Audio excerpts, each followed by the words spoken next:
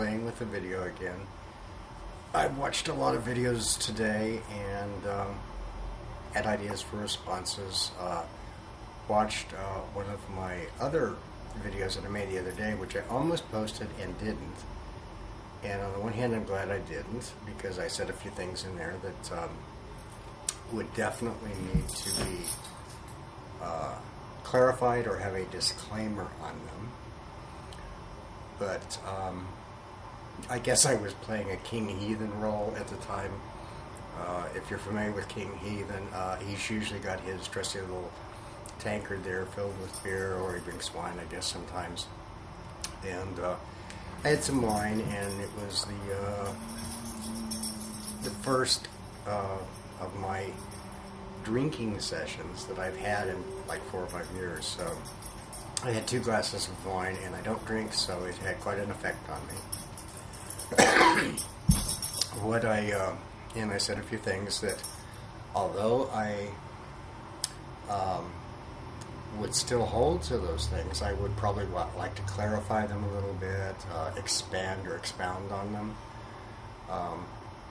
and said things that could have been misunderstood. And I'm glad I didn't post it, because I would not have wanted to offend some of the people I talked about.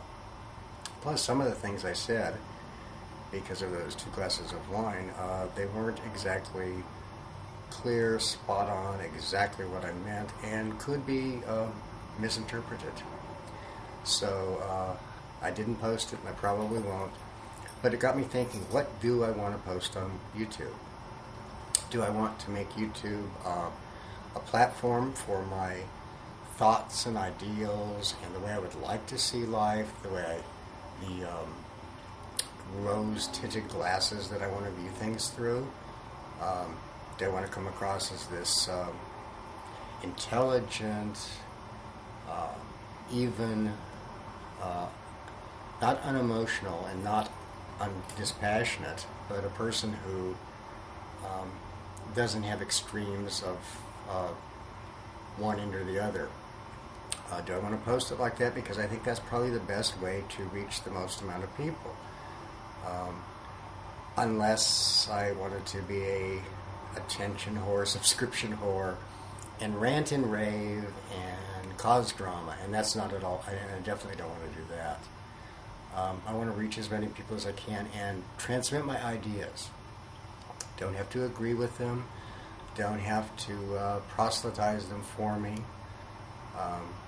But I would like them to at least be understood, not misinterpreted. And ranting and raving and saying bad things, ad hominems, don't really get that across. They don't help. So, and that's what a lot of what that video was about.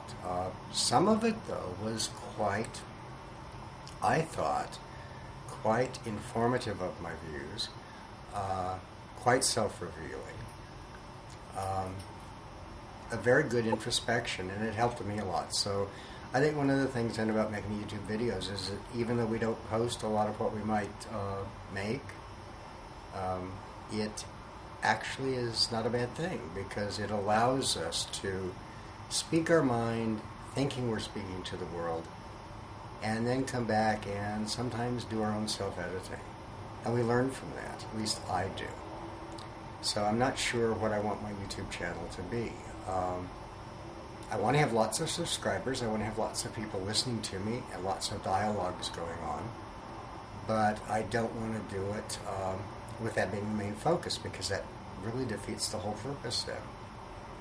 Because there's sort of, I'm not sure what the word is, but there's a problem when you're trying to get a lot of subscribers. You usually do have to go to the median, the base,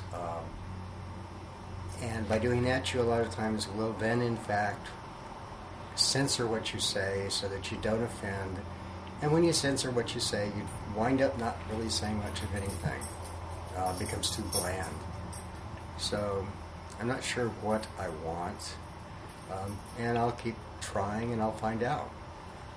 So the other thing is that I would like to have the YouTube channel, I thought about this, be something that I need to, not need to, but that I use as a means of self-exploration.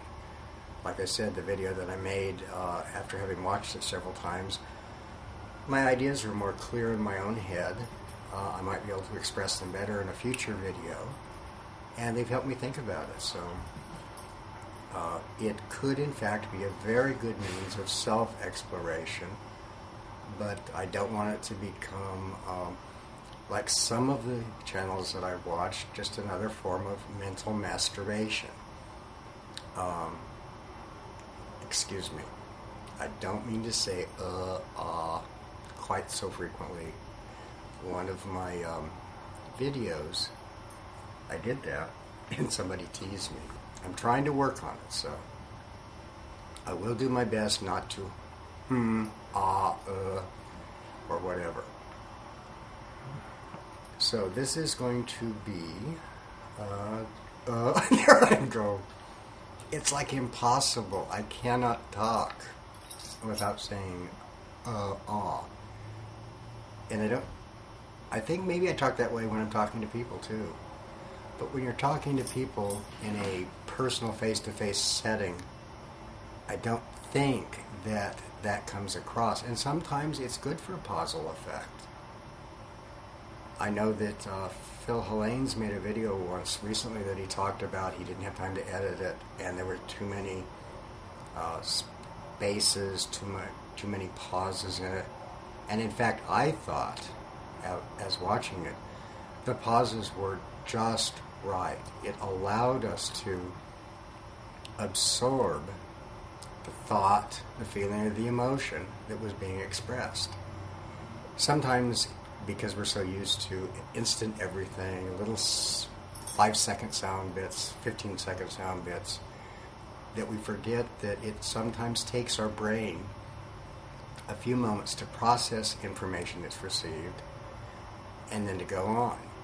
And if you're trying to explain something to someone, you do need those pauses. They need them. So pausing is not bad, and maybe a few ahs or uhs can work too. So that's basically it. This is just a free association video maybe. And just to let you know that I'm not alone. I have some audience here, and I'd like to show them to you. That's Dexter. Then we have Harvey, famous star of the Nod video, if you've watched it. He's at the very beginning, bottom row center column, doing his nod.